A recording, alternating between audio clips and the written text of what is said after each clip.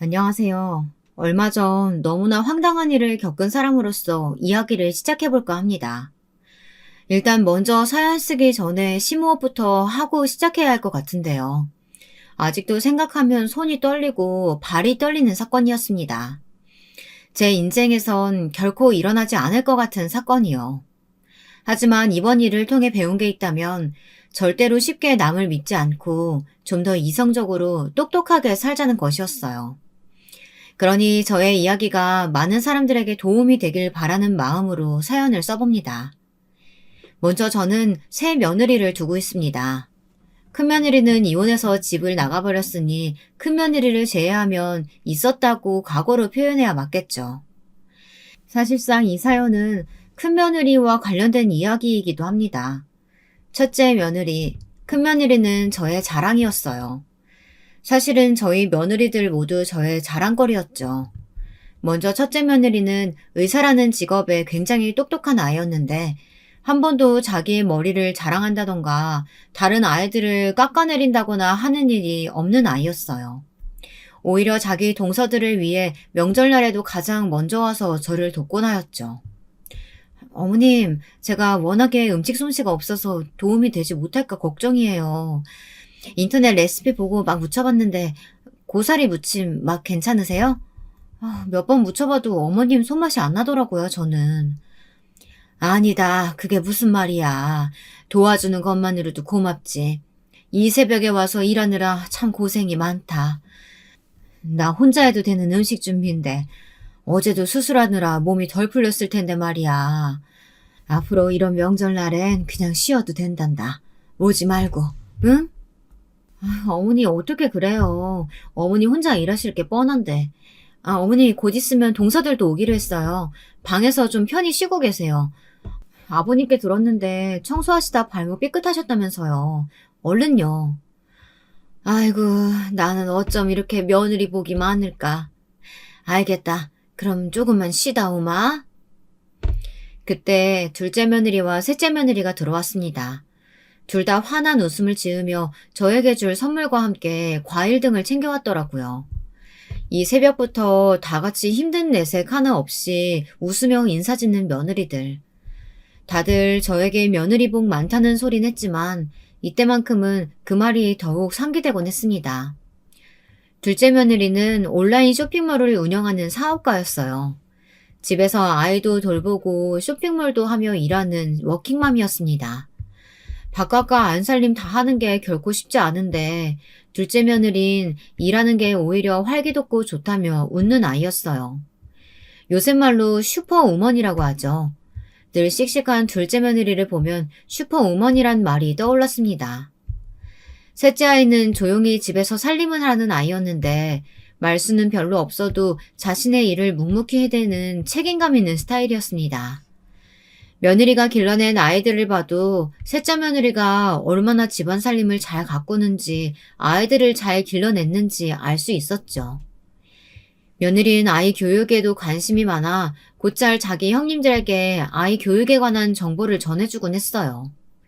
그리고 신기한 건 전업주부인 자신의 일상을 여기 유튜브에 올려 돈을 번다고 하더군요. 아니, 그냥 이런 집안이라는 일상을 올려도 돈을 벌 수 있다고? 아유, 참 신기하구나. 네, 어머니. 이번에 구독자가 10만 명이 넘었어요. 뭐? 그렇게나 많이? 아유, 대단하구나, 우리 아가. 사실 저희 시대 때만 해도 여자들은 집에 있고 남자들은 밖에서 일하는 게 대다수였고 그게 도리라고 배웠는데요. 우리 며느리들만 봐도 그렇지 않았죠. 저는 그런 며느리들이 자랑스러웠습니다. 오늘 정미 아줌마 만났는데 글쎄 나보고 며느리 복 참 많다고 부러워하더라. 내가 말은 안 했어도 얼마나 뿌듯했는지 몰라. 늘 챙겨주고 마음 써줘서 참 고맙다 내가. 언젠가 저도 며느리들에게 이런 식으로 마음을 표현하고는 했죠. 참 이상적인 가족이었습니다. 제 친구의 말만 들어도 며느리가 명절에 오기 싫어 아프다고 꾀를 부리거나 술을 써 너무 섭섭하다고 했거든요. 그런데 얼마 지나지 않아 저는 이 사건이 터지면서 제가 생각했던 이상이 철저히 무너지고 말았답니다. 이 일만 생각하면 울음이 터지고 아직도 마음이 너무 힘들어요. 이때부터 아마 불행이 시작되었던 것 같거든요. 저는 가정주부로 살아오면서 남편 내조만 하고 살아왔는데요. 남편이 젊었을 적엔 사고를 많이 쳐 그 돈 갚느라 이것저것 절약을 하는 습관이 있었어요. 쓸데없는 건 사지 않고 꼭 필요한 것만 집에 두곤 했죠. 또 정리를 하는 데 있어서는 철두철미한 편이라 늘 집안을 깔끔하게 유지하는 편이었습니다. 그런데 어느 날 둘째 며느리 집들이를 갔다가 둘째 부부 애들이 쓰는 다용도실 같은 곳에 필요 없는 물건들이 한 바가지 있는 걸 발견하고 말았습니다. 예를 들어 쓰지 않는 로봇 청소기라든지 아이들 어렸을 때 쓰던 낡은 장난감, 너저분하게 널린 냄새나는 행주들, 옷들. 그걸 보니 저절로 잔소리가 나오려고 하더군요. 제가 이걸 정리하겠다고 하니 둘째 애가 말했습니다. 어머님, 그거 다 언젠간 쓰려고 거기에 넣어둔 거예요. 아니, 그래도 이건 지웅이 어렸을 때 쓰던 장난감 아니니. 이런 건 다른 사람 나눠줘도 되고, 정 못하면 버리던가 해야지. 우리 어머님도 참, 어머니는 어머님 방식이 있고, 저는 제 방식이 있어요. 어머니, 거기 있지 마시고, 일로 와서 얼른 치킨 드세요. 다들 어머님 기다리고 있어요. 말투는 경쾌했지만, 둘째 아이는 약간 기분이 나쁜 얼굴이었습니다. 티내지 않으려고 했지만 제 눈에는 보였어요. 며느리가 기분 나빠하니 저도 거기서 끝내려고 했습니다. 그러다 나중에 아이들이 테이블 정리를 하고 집에 갈 준비를 할 때 아까 봤던 장난감이 눈에 밟혀 제가 정리를 해주겠다고 했어요. 어차피 나가는 거 분리수거함에 버려주고 나가겠다고요. 그런데 둘째 며느리가 대놓고 인상을 획 찌푸리더니 그러더군요. 어머님, 도대체 왜 그러시는 거예요? 어? 뭘 말이니? 아니에요, 아무것도. 둘째 며느리는 그렇게 말하곤 장난감을 뺏어둔 후 배웅을 해주겠다고 했어요. 억지로 웃음을 지으며 배웅하는데 속으로 제가 뭘 그렇게 잘못했나 싶었습니다. 한숨이 흘러나오는데 첫째 며느리가 상황을 눈치챈 건지 어머님, 제가 바래다 드릴게요. 얼른 차에 타세요. 하며 저를 억지로 차에 태우더군요. 못하러 애들 집에서 그런 행동을 해. 차에 미리 타있던 남편도 저를 책망했습니다. 왜 며느리 기분을 맞춰주지 않느냐는 소리에 저도 욱할 뻔한 걸 겨우 참았습니다. 앞좌석에서 첫째 아들 눈치를 보며 앉아 있었거든요. 그런데 기다려도 첫째 며느리가 하도 오지 않아 잠깐 차 밖으로 나갔더니 주차장 어딘가에서 속닥거리는 소리들이 들리더군요. 며느리들의 목소리였어요. 들어보니 고음의 둘째 며느리 목소리, 조용조용한 저음의 첫째 며느리, 그 중간의 셋째 며느리. 구분이 되더군요.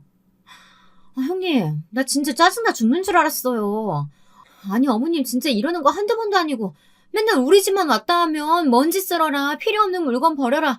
아니, 여기가 자기 집이야? 내 집이지? 너무 황당하더라니까요. 솔직히 우리가 어머님한테 선물 공세하고 매달 안부 연락드리고 얼마나 효부 며느리예요. 이런 며느리가 세상에 어디 있냐고요. 아우, 근데 노인네가 주제도 모르고 진짜. 동서, 참아. 몰라요, 진짜. 시댁 집안에 재산만 없었어도 내가 이렇게 가만히 있진 않았다고요. 나도 잘 나가는 쇼핑몰 사장이에요. 내가 굽히고 들어갈 이유가 하등 없다고요. 이때 저는 둘째 며느리에게 너무나 큰 섭섭함을 느끼고 말았어요. 그리곤 그만 다리가 풀려 주저앉아 버렸습니다. 어떻게 이럴 수가 있는 걸까요? 안부 연락하는 걸로 생색내며 주제도 모른다는 표현하는 둘째 며느리. 저는 견딜 수 없어 그 길로 택시를 타고 집으로 돌아와 버렸습니다. 허나 침대에 누워 생각해봐도 참을 수가 없더군요. 저는 결국 둘째 아들을 소환해 이런 일이 있었다고 말했습니다. 근데 둘째 아들의 말도 내 손으로 키운 자식이 맞나 싶게 기막히더군요. 엄마, 그 사람이 말실수를 좀 했나 본데요. 내가 잘 알아서 단둘이 시킬게요. 이번만 넘어가 주세요. 네? 사실은 내가 요즘 빚이 많아요. 저번에 사업이 잘 안 돼가지고 마누라한테 얹혀 사는 신세라고요. 우리 애도 있고 어떻게든 잘 살아봐야 돼요. 그러니까 엄마, 우리 집사람한테 뭐라고 하지 마시고 그냥 이번만 넘어가 주세요. 집사람 성질 아시잖아요. 아들은 제 편을 들어주기는커녕 그렇게 말하며 두루뭉술 넘기려고 했답니다. 얼마나 서럽던지 저는 울고 싶은 심정을 꾹 참으며 알았으니 그만 가라고 했습니다. 남편이 뭐라고 하려던 것도 막았어요. 둘째 아들은 제게 조금 아픈 손가락이었거든요. 상어병이라고 하죠. 자꾸 이를 벌려 사고를 치곤 했습니다. 젊었을 적 남편을 가장 많이 닮은 아들이 둘째 아들이었어요. 그래서 집에서도 저리 마누라에게 꼼짝을 못하고 살고 있는 것 같더라고요. 그 말을 들으니 가슴이 아파오면서 며느리를 불러 화를 낼 수가 없었습니다. 속만 타들어갈 뿐이었죠. 그런데 여기에 더 불을 지피는 것이 있었으니 아마 믿기 힘드실 겁니다. 오랜만에 셋째 며느리가 과일을 사들고 오고 있다며 연락이 왔는데 10분 있다 초인종 소리가 나더라고요. 그래, 셋째야, 왔니? 무슨 일이니? 어머, 어머님, 안색이 왜 그러세요? 무슨 안 좋은 일이라도 있으신 거예요? 아주버님한테 듣기로는 어머님께서 둘째 형님과 일이 있었다고 하시던데. 어쩌면 좋아요. 어머님 얼굴이 말이 아니네요. 셋째 며느리는 다 알고 찾아왔더군요. 아니다, 일은 무슨, 그런 거 없어. 추울 텐데 들어와라. 어머님, 형님이 정말 너무한 거 맞아요. 사실 저도 그날 주차장에서 들으면서 어이가 없었어요. 어머님께서 자주 잔소리 하시는 분도 아니고 그날 처음 말씀하신 걸 가지고 형님이 너무 예민하셨어요. 근데 형님도 다혈질이라 마음에도 없는 말 하신 걸 거예요. 너무 상처받지 마세요. 어머님, 제가 있잖아요. 셋째 며느리는 이런 말로 저를 다독이면서 자신이 깎은 과일을 제 입에 넣어주더랍니다. 가만 셋째와 이야기를 나누다 보니 그제야 마음이 가라앉았죠. 사실 둘째 며느리의 진면목을 알고 난 후부터 며느리들을 전부 믿을 수가 없었거든요. 무서웠어요. 또 누가 제 욕을 하고 있을까. 그래서 거리를 두고 있었는데 셋째 아이가 직접 찾아와 이리 위로해주니 고맙고 안심이 되었답니다. 그래서 셋째 며느라가에게 따로 먹을거리라도 갖다주며 잘 챙겨주었습니다. 그런데 제가 참 복이 애초에 없는 여자일까요? 어느 날 갑자기 셋째 아들이 저를 찾아왔답니다. 아들의 얼굴이 허옇게 질려있더라고요. 셋째 아들은 교사였는데 직업에 걸맞게 인성도 참 좋은 아이였어요. 어렸을 때 새 아들을 키우면서 가장 손 안 가고 말을 잘 듣던 아이가 셋째였죠. 특히나 거짓말을 제일 못하는 아들이기도 했습니다. 아마도 그래서 제게 이실직고를 한 것일 겁니다. 어머님, 저 드릴 말씀이 있는데 너무 충격받으시면 안 돼요? 응? 충격받을 만한 일이 그게 뭔데 말이니? 그러니까 그게 어떻게 말을 꺼내야지. 혹시 제 와이프가 어머니 자주 찾아와요? 자주 찾아오죠? 셋째 아들이 갑자기 며느리의 방문 빈도를 묻기에 얼떨떨했습니다. 요즘 따라 셋째 며느리 아이는 시간이 많이 남는다며 손주를 데리고 많이 놀러 오곤 했거든요. 그런데 왜 그러니? 혹시 아가한테 무슨 일 있어? 이럴 줄 알았어. 엄마, 저 아무래도 그 사람이랑 이혼해야 할까 봐요. 그 사람 이상한 길에 빠진 것 같아요. 이상한 길이라니? 그게 무슨 말이야? 거기다 이혼이라니? 그런 말 쉽게 하는 거 아니야. 아니요, 저도 믿을 수가 없는데 도박 이런 거 있잖아요. 와이프가 그런 거에 빠진 것 같아요. 듣자마자 충격에 그만 말을 잃어버렸습니다. 세상 참 다정하고 고분고분했던 셋째 며느리가 도박에 빠졌다니. 아들은 아마도 저를 찾아오는 이유가 저에게 돈을 타가기 위해 방문할 것이라며 요구해도 절대 돈을 빌려주지 말라고 하더군요. 저는 믿을 수가 없었습니다. 셋째 며느리는 주말에 툭하면 강원랜드에 가서 돈을 탕진하고 온다고 하는데 이미 여러 번 걸렸다고 했습니다. 설마 그럴 리가. 너 제대로 알아본 거 맞아? 그럼요. 지금 그 여자가 날려먹은 돈이 몇 천이에요. 엄마, 완전히 미쳤다고요. 그리고 다음 날 어김없이 셋째 며느리가 집을 방문했는데 저는 손자를 잠시 멀리 방에 두고 물어봐야 했죠. 혹시 도박이나 이런 것에 빠졌느냐고요. 그랬더니 며느리는 극구 부인하며 어디서 그런 말을 들었냐고 하더군요. 사실대로 말해라. 지금 사실대로 말하는 게 나을 거야. 어머님, 정말 아니에요. 혹시 애아빠가 그래요? 애아빠가 오해한 거예요. 사실대로 말하래도. 제가 강하게 말하자 며느리는 그제야 입술을 떨더니 고개를 푹 수그리더군요. 아들의 말이 맞았습니다. 정말 살고 싶지가 않더라고요. 내 자식 같은 아이들이라 믿었던 며느리들이 이렇게 하나둘 다른 모습을 보여주는데 정말 충격적이었습니다. 그런데 뒤에 이어지는 며느리의 말엔 전혀 반성하는 모습이라고는 없었습니다. 어머님, 저 이왕 알게 되셨으니까 말인데요. 제가 사실은 빚이 좀 있어요. 그것 좀 갚아주시면 안 될까요? 저희 아이도 있고 이혼은 절대 못해요. 안 돼요. 그의 모르게 진 빚이라 어머니께서 어떻게 손 써주시면 안 될까요? 뭐라고? 나보고 네 빚을 갚으라고? 너 정말 제정신이니? 아니 어쩜 이럴 수가 있어. 내 아들은 너한테 한 번도 못한 적이 없는데 도대체 왜 그러는 거야? 어머님 실망시켜서 죄송해요. 저도 저희 친정엄마 같은 어머니께 죄송해요. 빚만 갚아주세요, 제발. 셋째 며느리는 사실 친정엄마가 일찍 돌아가셔서 저를 더 울지하던 아이였습니다. 툭하면 제게 어머니가 저희 친정엄마 같아요 라고 수줍게 말하던 아이였죠. 그런 셋째 며느리는 계속해서 저에게 빚을 갚아달라며 빌고 난리가 났습니다. 퇴근하고 들어온 남편이 이를 보고 크게 소리를 질러 그제야 집을 나갔죠. 아마 남편이 아니었다면 계속 손주를 인질로 삼아 절대 나가지 않았을 겁니다. 빚을 갚아주기 전까지는요. 어떻게 며느리들이 하나같이 이 모양이었을까요? 난 도대체 왜 뭘 믿고. 정말 살맛 안 나네요. 내가 바보 같아요. 나도 그래. 참 씁쓸하구먼. 남편도 기분이 완전히 저기압이었습니다. 그 후 저는 완전히 수렁 속으로 걸어 들어갔어요.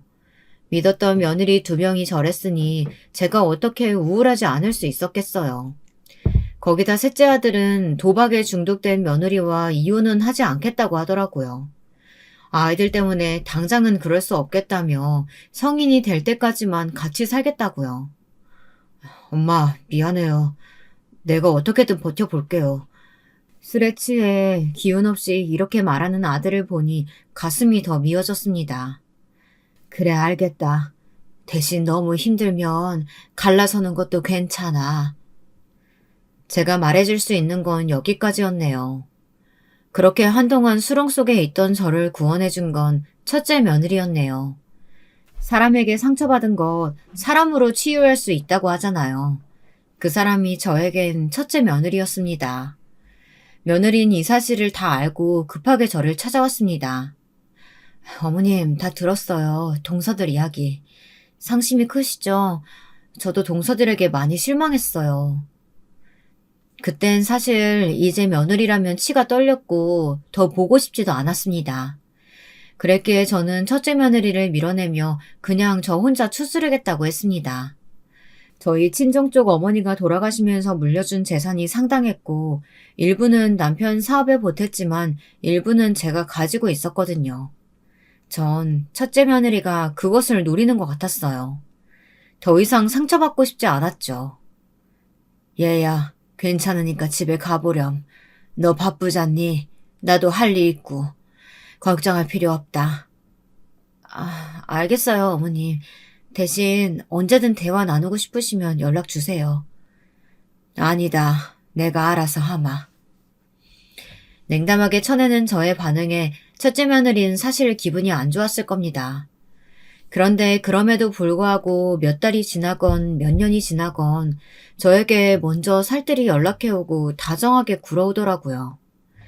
며느리들이 번갈아가며 사고를 치는 바람에 명절날 저희 가족은 이제 전처럼 모이지 않았습니다. 둘째 며느리는 두문불출이었고 셋째 며느리에겐 제가 오지 말라고 했습니다. 그 애들 얼굴을 보면 제 몸이 다 아파올 지경이었거든요. 그래도 괘씸하긴 했습니다. 제대로 용서를 빌 생각도 않고 제멋대로 하는 며느리들의 소식을 들을 때면 화도 났죠. 이젠 어디 가서도 며느리 자랑을 절대 먼저 하지 않습니다. 순자, 너도 참 신세가 안타깝다. 어쩌면 좋으니? 며느리들이 너를 그렇게 아끼고 소중히 대한다 들었는데 어쩌다 한순간에 그렇게 된 거야. 나도 믿기지가 않는다. 걔네들이 그렇게 하나같이 꼬리 100개 달린 여우에 심성 못 되쳐먹은 년인 줄은. 내 이것들을 확, 어? 그래도 그냥 다 잊어. 너는 돈도 많고 그냥 이제부턴 우리랑 여행이나 다니며 놀자. 친구들은 저를 하나같이 이렇게 위로했는데 그나마 이때 친구가 있어 다행이었어요. 저와 가장 친한 친구인 미자가 저를 위로하며 여기저기 여행을 많이 데려가 주었거든요. 나이 먹고 만나는 친구들 간의 모임은 또 다른 재미가 있었습니다. 남편보다 더 편하고 재미있고 또 정이 많이 든 친구들인지라 하나같이 애틋했죠. 이때만큼 마음이 편했던 적도 없었을 거예요. 하지만 그러던 어느 날 바람잘 날 없이 집안에 큰 문제가 터지고 말았습니다.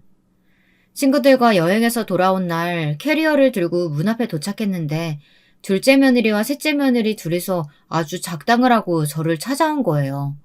둘 다 머리가 산발이었고 얼굴엔 눈물 자국도 있었습니다. 그리고 옆에 남편이 쩔쩔매는 얼굴로 서 있더군요. 순간 불길한 예감이 확 스쳐 지나갔습니다. 여보 왔어? 무슨 일이에요? 얘네들이 왜 우리 집 앞에 있어요? 저기 내가 사고를 쳤어. 미안해. 당신 볼 면목이 없다. 아니 무슨 사고를 말하는 거예요? 제가 말할게요, 어머님. 저는 일이 이렇게 될 줄은 몰랐어요. 아니, 아버님 돈 어떻게 하실 거예요? 어머님이 어떻게라도 해보세요. 무슨 상황인지 차근차근 말해봐야 내가 알지. 일단 말부터 해라. 아버님이 좋은 투자처 있다고 해서 저랑 동서가 돈을 넣었는데요. 우리 둘 다 쫄딱 망했다고요. 아주 보기 좋게요. 듣게 된 상황은 이러했습니다. 남편이 좋은 투자처가 있다며 며느리들에게 알려주었는데 둘째 며느리와 셋째 며느리가 그 말을 고스란히 믿고 투자를 했고 돈을 날린 모양이었습니다. 그 금액이 상당했던지라 타격이 컸다고 하고요. 저는 이 일을 지금에서야 알게 된 것이 너무나 황당했습니다. 기분 좋게 여행을 끝내고 돌아왔는데 어떻게 이런 일이 있을 수가 있죠. 거기다 두 며느리들의 행동은 더더욱 심각했습니다. 아들까지 데리고 와서는 거의 농성을 펼치더라고요. 아시다시피 이인은 공무원이고 저는 돈벌이 할 것도 별로 없는 사람이에요. 이 돈 돌려받지 못하면 저희 애 학원도 못 가고요. 나중에 대학도 못 갈 거라고요. 어머님이 메꿔주셔야겠어요. 동서 말이 맞아요. 저 역시 손해가 이만저만이 아니에요. 제가 아무리 잘 나가는 쇼핑몰 사장이라고 해도 이번에 돈 잃는 바람에 사업 확장할 기회 완전히 놓쳤다고요. 황금 같은 기회였는데 이건 돈으로도 보상 못하는 손해예요. 정말 열받아 죽겠네. 아직도 도박을 끊지 못하고 몰래 집안 돈을 축내는 셋째 며느리와 명절날 코빼기도 보이지 않던 둘째 며느리는 계속해서 소리를 질렀습니다. 결국 남편이 보다 못해 나섰죠. 당연히 돈 물어줄 거다. 걱정하지 말아라. 아버님 회사도 지금 어려우시다면서요. 어떻게 하실 건데요? 막말로 아버님 손주들이 다 위험하게 생겼다고요. 아버님 때문에요. 걱정하지 말래도 집을 팔아서라도 해줄 거야. 남편과 며느리들의 고성이 오가자 저는 모든 걸 중단시켰습니다. 그리고 정확하게 손해본 금액이 얼마인지 물었죠. 친정에서 받은 유산이 상당했다고 말씀드렸잖아요. 충분히 메꿀 수 있는 금액이라고 생각했습니다. 셋째, 넌 도박은 끊지도 못하면서 잘도 손해를 말하는구나. 네 도박 버릇 때문에 너랑 사는 우리 아들이 입는 상처와 손해는 어쩌려고 그러니? 거기다 둘째 며느라, 너 오랜만에 보는 시부모 앞에서 도대체 무슨 예이니? 투자 말아먹은 건 미안하게 됐구나. 근데 손해본 금액 전부 물어줄 테니까 걱정하지 말고 당장 물러가. 동네 시끄럽게 굴지 말고. 제가 버럭 소리를 지르자 두 며느리는 살짝 주춤하더라고요. 어머님께서 그 많은 돈을 어떻게 주시려고요? 내 친정에서 받은 유산 있어. 그 유산 처리해서 줄 거다. 며느리들은 그제야 아 하더니 다행이라는 듯 돌아섰습니다. 너무 얄밉게도요. 전 그렇게 호기롭게 외치고 나선 금액을 확인한 후 죄다 돌려주려고 했습니다. 모조리 남김없이요. 이참에 인연도 끊어버리려고 했죠. 친구도 며느리들이 너무 버릇없다며 적극 찬성했습니다.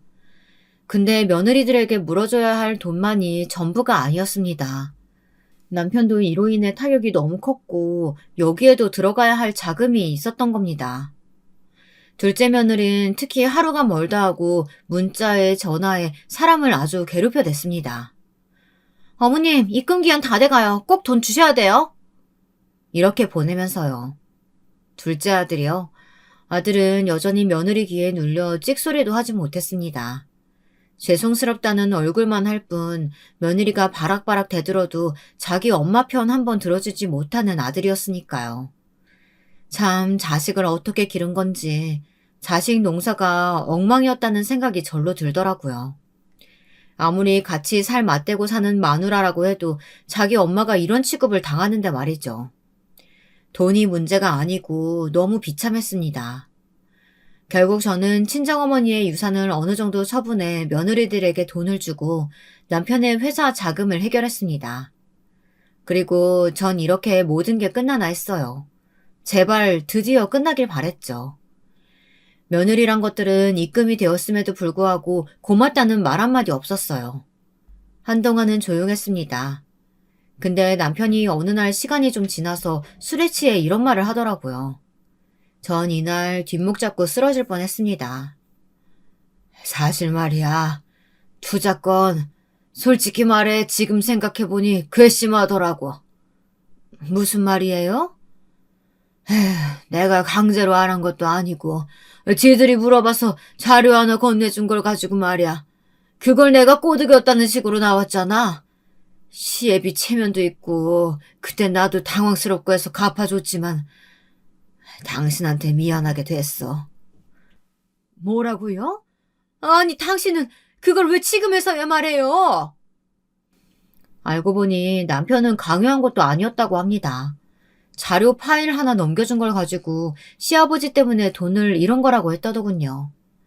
남편은 꼭 굳이 투자할 필요는 없다고 말까지 했다고 하는데요. 남편은 마치 사기 일당에게 도둑 맞은 것 같다고 했습니다. 저는 이 일에 무척 열이 받아 아들과 며느리들을 전부 소환했습니다. 인연 끊고 잘 살아가 보려고 했지만 이대로는 안 될 것 같아서요. 이때 첫째 며느리 역시 함께 불렀습니다. 그런데 만나기로 한 당일날 아들들로부터 연락이 왔습니다. 엄마, 오늘 못 갈 것 같아요. 엄마, 오늘 못 가겠네요. 아니, 왜 그러니? 그게 와이프가 갑자기 열이 나고 아프다고 해서요. 엄마, 그게 집사람이 배가 아프대요. 다음에 봬요. 웃긴 건 변명도 미스무리했습니다. 둘째와 셋째 며느린 직접 전할 용기도 없었는지 아들들을 통해 그렇게 전달해 버리더라고요. 어리타 입을 벌리고 있는 건 저뿐이었죠. 이 며느리 둘 다 왜 그러는지 알 것 같았습니다. 전 당장이라도 오라 했고 오지 않으면 유산은 없다고 엄포를 놓았습니다. 돈으로 위협하는 거 아주 유치한 일인 거 알았지만 이때만큼은 저도 참을 수 없었거든요. 며느리 2명은 쭈뼛쭈뼛 걸어 들어오더니 왜 불렀냐는 식으로 묻더군요. 저 아파요, 어머님. 빨리 말씀하고 끝내세요. 그래, 말 잘했다. 나도 너 때문에 골이 아프고 며칠 내내 죽만 먹고 지냈어. 미칠 노릇이다. 난 지금까지 네가 네 시아버지한테 투자를 강요받은 줄로만 알았다. 근데 아니더구나? 그래 놓고도 나한테 돈을 받아가? 너 정말 양심이 있는 거냐? 저는 남편에게 들은 그대로를 쭉쭉 전달했어요. 그랬더니 며느리 2명의 표정이 약간 묘하게 서늘해지더라고요. 어머님, 어쨌든 저는 당한 거예요. 그 파일만 아니었어도 제가 혹할 일은 없죠. 그렇지 않아, 동서? 맞아요, 형님. 그리고 저희는 진짜 사정이 어려워서 달라고 한 거예요. 둘째 며느리는 뻔뻔하게 나왔고, 셋째 며느리는 둘째의 모습에 힘입어 자기도 맞장구를 쳐댔습니다. 저는 안 된다고 친정의 유산이니 다시 돌려내라고 말했습니다. 결국 니들 선택에 투자한 것이니 다시 달라고요. 그리고 만약 주지 않는다면 법정으로 가게 될 거라는 말까지 했습니다. 강하게 말해야 두 며느리들이 돈을 돌려줄 것 같았기 때문이에요. 네? 어머님, 무슨 말도 안 되는 소리 또 하시네요. 어머님은 모성애라는 것도 없으세요? 엄연히 아버님 때문에 돈 잃은 거예요. 며느리랑 자식 불쌍하지도 않아요? 여보, 한마디 해봐. 엄마, 이미 주신 돈이고 하니까 저희가 그냥 쓰면 안 될까요? 죄송해요. 엄마, 근데 이 사람도 힘들어하고. 너 지금 이 애미랑 장난하는 거냐? 내가 너희들을 어떻게 키웠는데 며느리 말이라고 꼼짝도 못하고 부모한테 이딴 대접을 하는 거야. 셋째, 너도 그렇다. 가장 얌전하고 부모 말이라면 순종했던 네가 어떻게 이럴 수가 있냐. 너무 섭섭하고 서럽구나. 정말 내가 전생에 무슨 죄를 지었길래. 나는 이제 니들 얼굴 평생 안 보고 살련다. 아들도 없다 치고 살겠어. 네 아버지도 같은 생각이야. 남편도 동의를 하는 표정으로 고개를 끄덕였습니다. 근데 이때였어요. 제가 분을 못 이겨 눈물이 줄줄 흐르는 것도 모른 채 말을 하고 있을 때 조용히 있던 첫째 며느리가 나선 것입니다. 두 며느리들의 뺨을 차례로 때린 것이에요. 보고 있던 저도 깜짝 놀랐습니다. 동서들 정말 너무하네. 어머님이 이 정도까지 하셨으면 말귀를 알아들어야지. 어머님이 동서들한테 잘해준 거 다 잊었어? 아무리 어머님과 사이가 틀어졌다고 해도 어떻게 이렇게까지 해? 어머님 지금 쓰러지기 일보 직전인 거 안 보여? 자네들이 사람이야? 나도 이제 더 이상 동서들을 한 가족으로 생각할 수가 없어. 첫째 며느리는 눈물까지 흘리고 있었습니다. 그러면서 절 대신에 바락바락 소리를 지르더라고요. 그 순간만큼 첫째 며느리가 그렇게 고마울 수가 없었습니다. 며느리는 거기에 이어 돈을 다시 돌려내라며 난리를 쳐댔어요. 첫째 아들, 우리 장남도 여기에 합세했습니다. 지켜보고만 있었는데 안 되겠다. 너희들 부모님이 해주신 수고, 고생 다 잊은 거야? 어머니가 얼마나 우리를 고생하며 키웠는데 난 너희한테 단단히 실망했다. 재수씨들도 그래요. 적당히 하셔야죠. 지금 우리 엄마 아버지한테 뭐 하는 짓들입니까? 뻔뻔하기 그지없네요. 남편도 하지 못한 것을 첫째 아이 부부가 대신 해주었죠. 며느리는 돈을 돌려주지 않으면 변호사를 선임하겠다고 했고 아들도 수단과 방법을 가리지 않겠다고 했습니다. 결국 저는 돈을 다시 돌려받았습니다. 이대로 인연 끊길 줄 아세요. 저희도 돈 없는 노친네들 볼 생각 없어요. 얼마나 없으면 자식한테 준 돈을 다시 받아내려고 하세요? 치사해 죽겠네. 둘째 며느린 분에 차 저에게 씩씩거리며 손주 볼 생각은 말라고 못을 박더군요. 아들들은 며느리들에게 무슨 지시라도 받은 건지 저에게 연락도 없었고요. 차라리 이혼해주길 바랬는데 아들들은 가만히 있었어요. 저놈들, 당신한테 이제 남은 돈 없는 줄 알고 저러는 거야. 맞아요. 나한테 돈이 있었는 걸 알면 저러지 않겠죠. 상실감과 슬픔은 컸습니다. 그래도 저는 그 와중에 첫째 부부가 생각이 많이 났어요. 특히 첫째 며느리요. 살갑게 대해주지 못했던 우리 첫째 며느리가 저만큼이나 제 마음을 헤아리고 있었다는 사실에 놀랐습니다. 저는 어느 날 밖에서 식사를 함께 하자며 며느리를 따로 불렀습니다.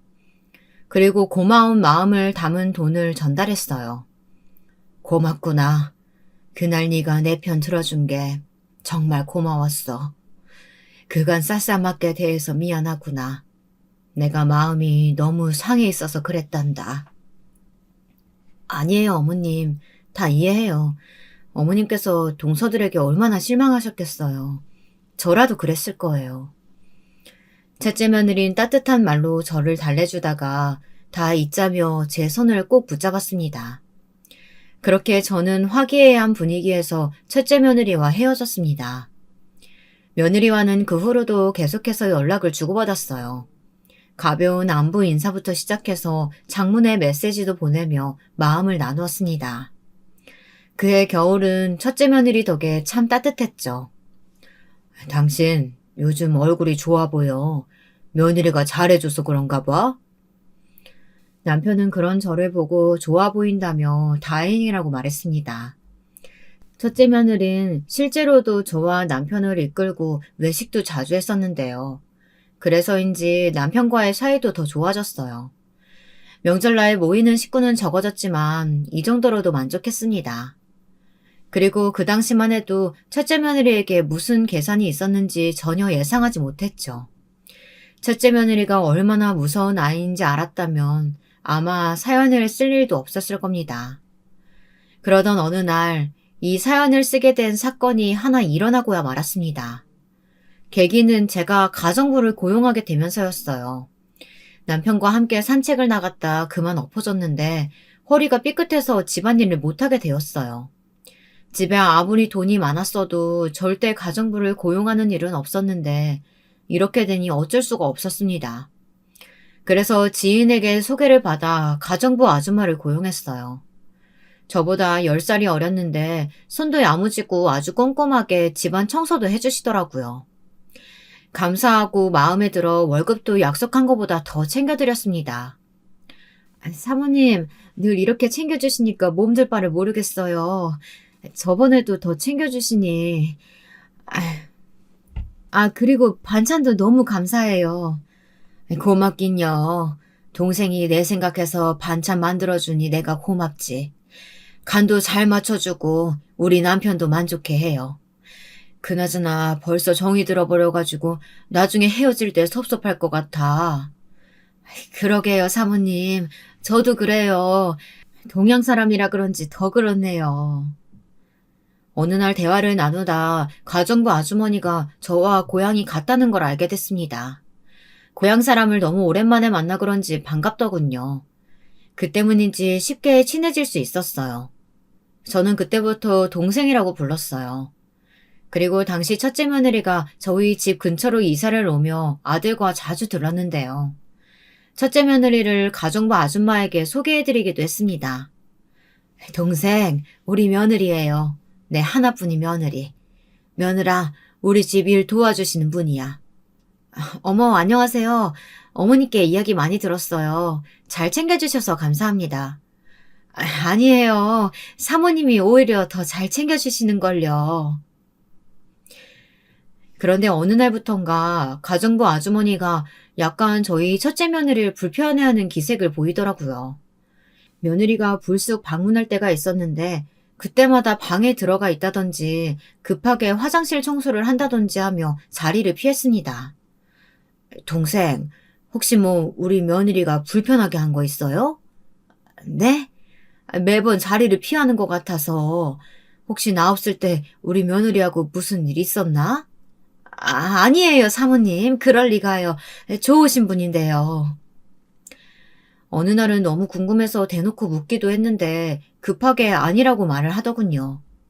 그때 가정부 아줌마의 표정을 그때 잘 뜯어봤어야 하는데 후회가 됩니다. 그러다 일이 터졌죠. 환절기에 들어 남편이 먼저 감기에 걸리고 말았어요. 이어 그 감기를 제가 옮아 덩달아 기침을 하고 말았고요. 여러분들도 아시겠지만 나이가 먹으면 감기가 잘 떨어지지 않잖아요. 저도 남편도 감기로 병원에서 처방받은 약을 먹으며 고생을 하고 있었습니다. 그런데 어느 날 첫째 며느리가 저를 먹이겠다고 사골국물을 담아가지고 왔더라고요.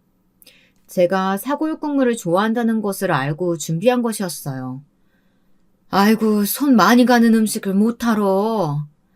어머님 평소에 이거 좋아하시잖아요. 뜨뜻한 거 드시고 좀 푹 주무시라고요. 몇 시간 동안 푹 고안했으니까 맛 좋을 거예요. 아유, 정성이 고마워서라도 다 먹어야겠구나. 고맙다. 며느리는 냄비에 한 번씩 더 끓여 드시라 말하고는 그렇게 총총 미소를 지으며 사라졌습니다. 저는 우리 며느리가 끓여준 거라며 가정부 아주머니에게 그 사골 국물을 데펴달라고 전했고요. 그리고 뜨끈한 국물을 먹을 생각에 침대에 누워 저녁이 되길 기다리고 있는데 갑자기 둔탁한 소리가 들리더라고요. 놀라서 다급히 뛰어가 보니 가정부 아주머니가 쓰러져 있었습니다. 어머나 세상에, 119, 119. 동생 정신 좀 차려봐요, 동생. 여보, 나와봐요. 아주머니의 입에서는 거품이 쏟아져 나오고 있었고 눈은 획 돌아가 있었어요. 너무 놀란 저는 이성을 붙잡으려 애쓰며 119를 불렀습니다. 다행히 빠른 시간 안에 도착한 구급차가 아주머니를 실어갔지만 저는 남편의 차를 타고 뒤를 따라 향하면서도 놀란 가슴을 주체할 수가 없었습니다. 평소 아주머니에게 어떤 지병이 있었는지도 되짚어 보았어요. 근데 들은 게 아무것도 없었던지라 이상했죠. 그런데 그때 아주머니 옆에 쏟아져 있던 사골 국물이 스쳐 지나갔습니다. 왜냐하면 쓰러진 아주머니가 손가락으로 사골 국물을 가리키고 있었거든요. 왜 그랬을까? 다시 한번 불길한 예감에 휩싸였습니다. 그리고 병원 응급실에 가서 급하게 조치를 받고 몇 시간 만에 의식을 회복한 아주머니의 입에서 나온 말에 저는 경악할 수밖에 없었죠. 사모님 며느리, 그 여자 미친년이에요. 완전히 미쳤다고요. 무서운 여자니까 절대 믿으시면 안 돼요. 네? 무슨 말이에요, 그게? 사실은 제가 뭘 좀 엿들었어요. 그리고 이건 직접 보셔야 돼요. 가정부 아주머님은 그러면서 갑자기 전화기를 빌려달라고 하더니 누군가에게 전화를 하더군요. 잠시 후 건장한 청년이 도착했습니다. 청년은 아줌마를 향해 엄마라고 불렀습니다. 아들이었어요. 놀란 얼굴로 어떻게 된 거냐 물어 제가 대신 어떻게 된 건지 상황을 설명했어요. 그랬더니 가정부 아주머니는 침착하게 말씀하시더군요. 아들, 내가 부탁한 거 있지? 설치한 거. 그거 좀 사모님 보여드려. 엄마 이렇게 된 거 다 그 여자 때문이야. 역시 그럴 줄 알았어요. 내가 엄마 거기서 일하지 말라고 했잖아요. 못 살아 정말. 일단 보여드릴게요. 아주머니의 아들은 한숨을 푹 쉬더니 제게 자신의 핸드폰을 꺼내어 뭔가를 만지작거리더니 어떤 화면을 보여주었습니다. 화면은 저희 집 부엌이었어요. 거기엔 큰 며느리가 있더군요. 소리까지 생생히 들렸는데 믿을 수가 없었습니다. 큰 며느리가 손가락으로 아주머니의 머리를 툭툭 치더군요. 아줌마, 간 똑바로 맞추라고요. 우리 어머님은 싱거운 거 좋아하니까. 저번에 사모님이 너무 싱겁다 해서 짜게 하려고 한 건데. 아줌마 지금 내 말 무시해? 파출부 주제에 뭐하는 짓거리야? 나 의사야.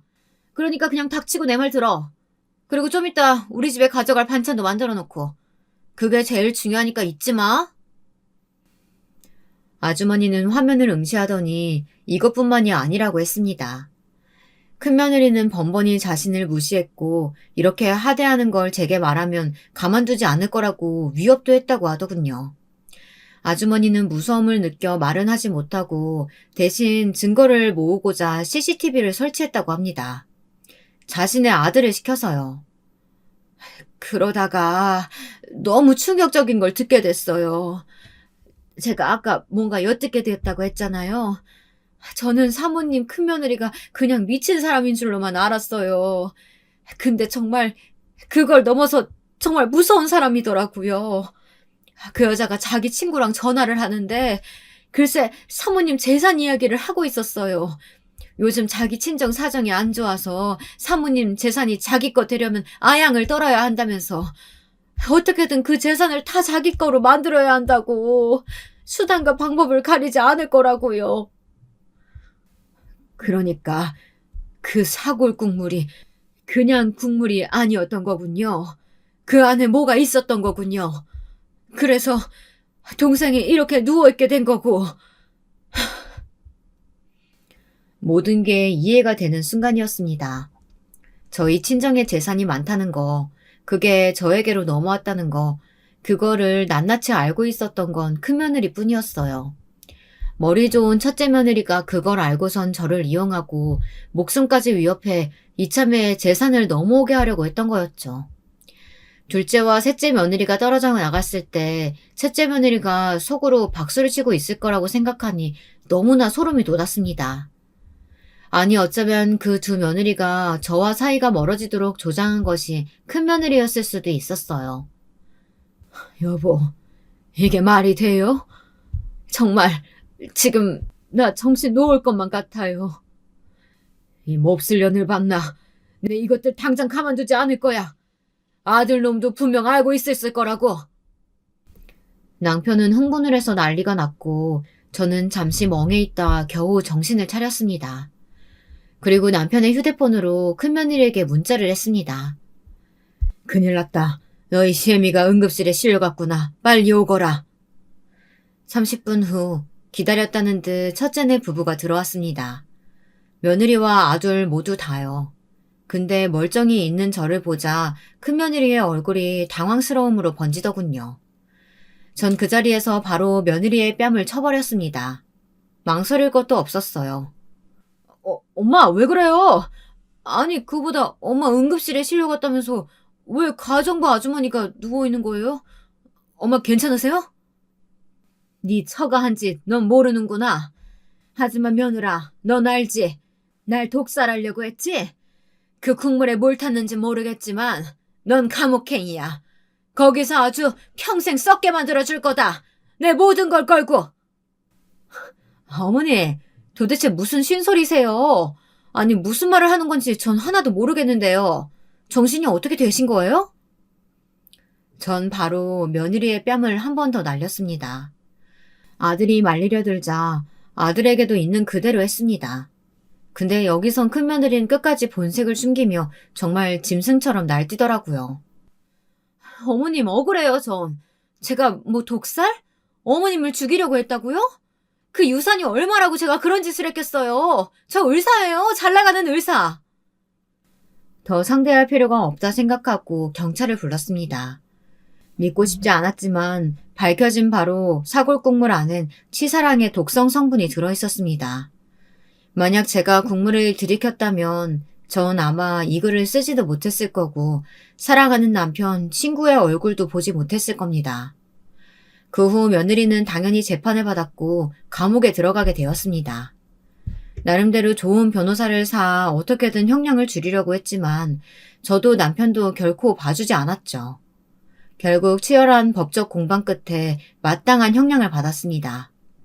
솔직히 마음 같아선 무기징역이라도 받았으면 싶었지만 아쉽게도 그건 성립되지 않았습니다. 억울하지만 그래도 죄값 받았으니 다행이에요. 지난 일은 묻어두자고. 이제 돌이킬 수가 없으니. 남편과 저는 그렇게 서로를 다독였습니다. 아들은 큰며느리의 욕심을 몰라본 것에 대해 많이 후회했습니다. 자신이 너무 일에만 빠져 무심했던 것이 이런 사태를 만든 것 같다고요. 늘 대면대면했던 사이였는데 이 일이 있고 나서 아들은 저희 집에 머물게 되었어요. 당연히 큰며느리와는 이혼을 했고요. 지금이라도 엄마 잘 보살펴드리고 싶어요. 제가 너무 못난 아들이었어요. 동생들하고 다를 바가 하나도 없었어요. 죄송해요, 엄마. 지금 아들과는 천천히 거리를 좁혀나가고 있는 중이랍니다. 기분 전환 차 다가오는 어느 날엔 같이 단풍 구경도 가기로 했어요. 뉴스에 예전에 끔찍한 일이 터지면 어떻게 사람들이 그 뒤를 이어 살아가나 궁금하고 그랬는데 이 일이 막상 제게 닥치니 신기하게 사라지긴 하더라고요. 다만 여전히 너무 괴롭고 마음이 힘들어 잠도 못 자고 약도 먹고 있네요. 이것은 어쩔 수 없는 후유증인 듯합니다. 괴롭지만 버텨나가야 하는 하루이죠. 지금까지 사연 들어주신 분들 감사하고 위로의 한마디 해주신다면 더없이 감사할 것 같습니다.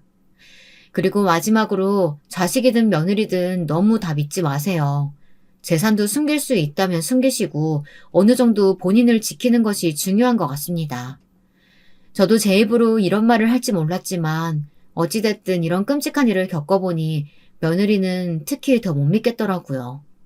만약 아들이 재혼해 누군가를 또 데려온다고 해도 말이죠. 여러분들에겐 이런 일이 부디 없길 바라며 가정에 화목만 있길 바라며 글을 마무리하겠습니다. 다들 추운 날씨에 감기 조심하세요.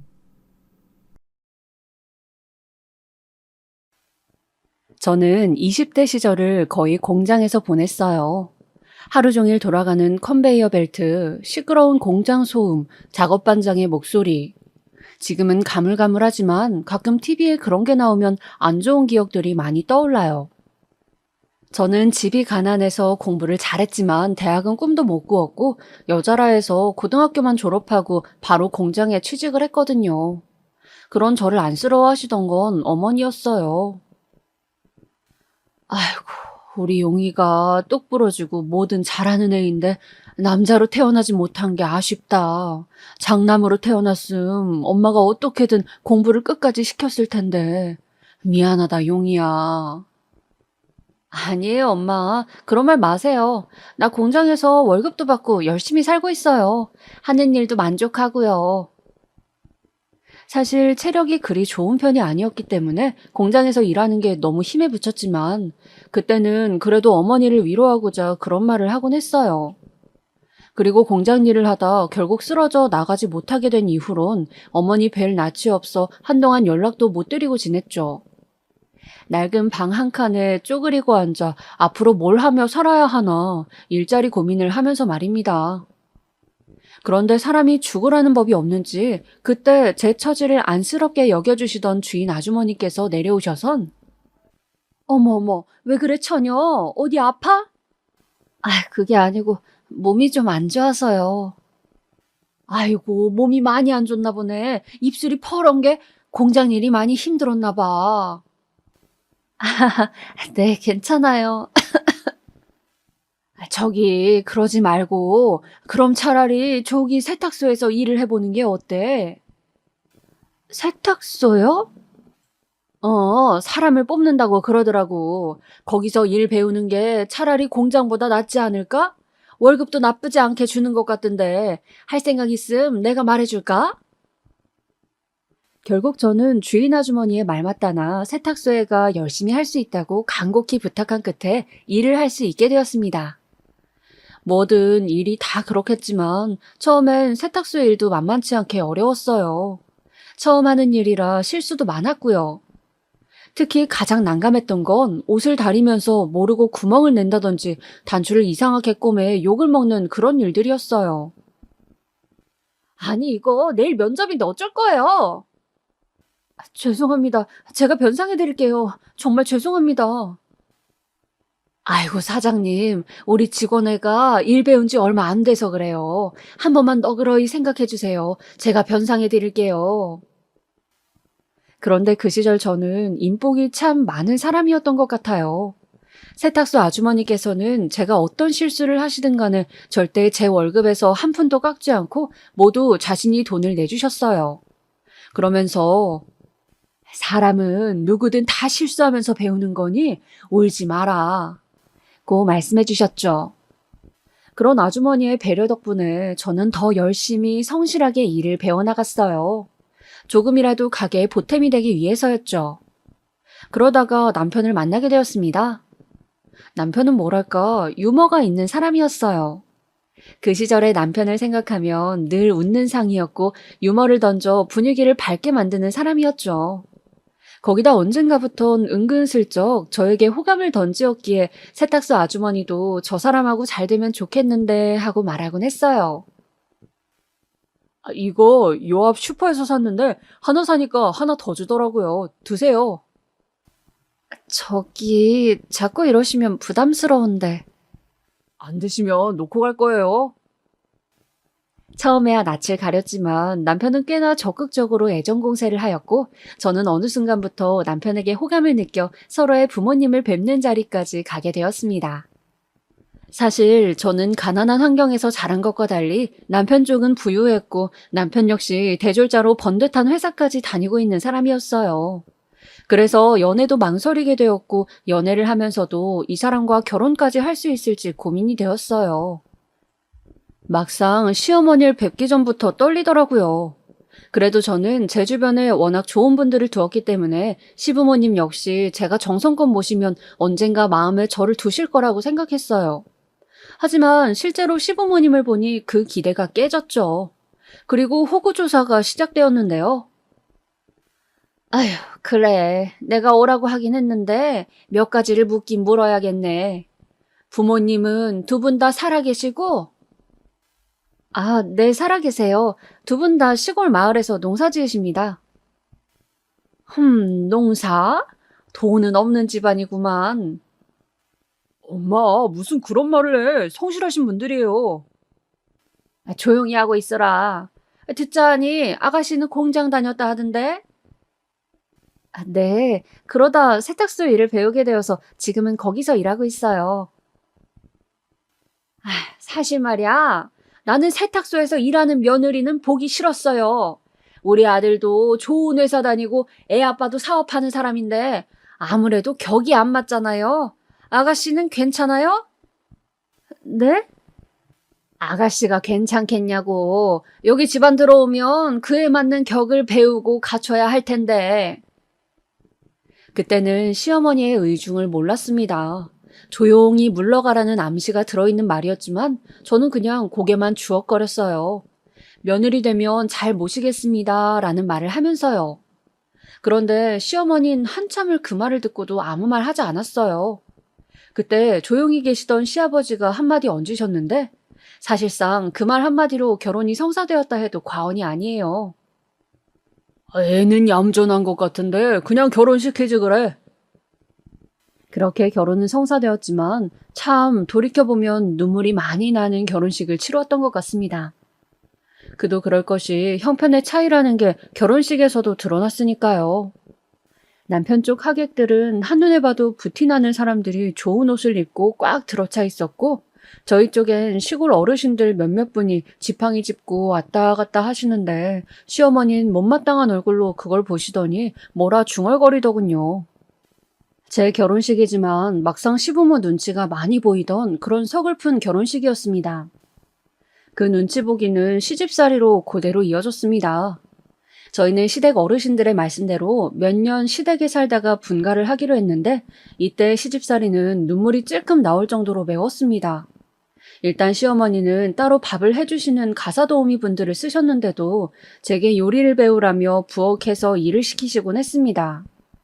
그래서 저는 하루 종일 부엌을 벗어날 수가 없었어요.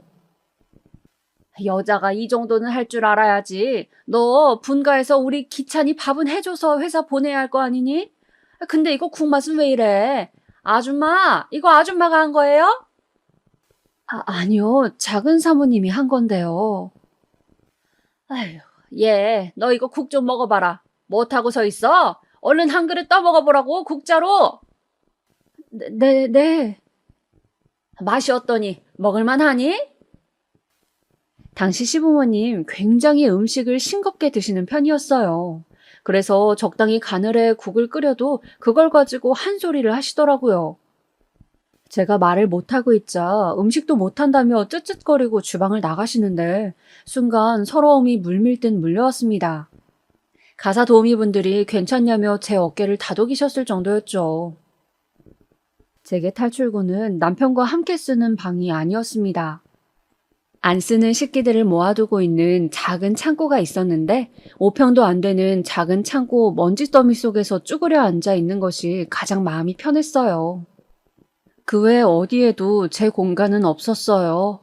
거기다 시어머니만 이러는 게 아니었죠.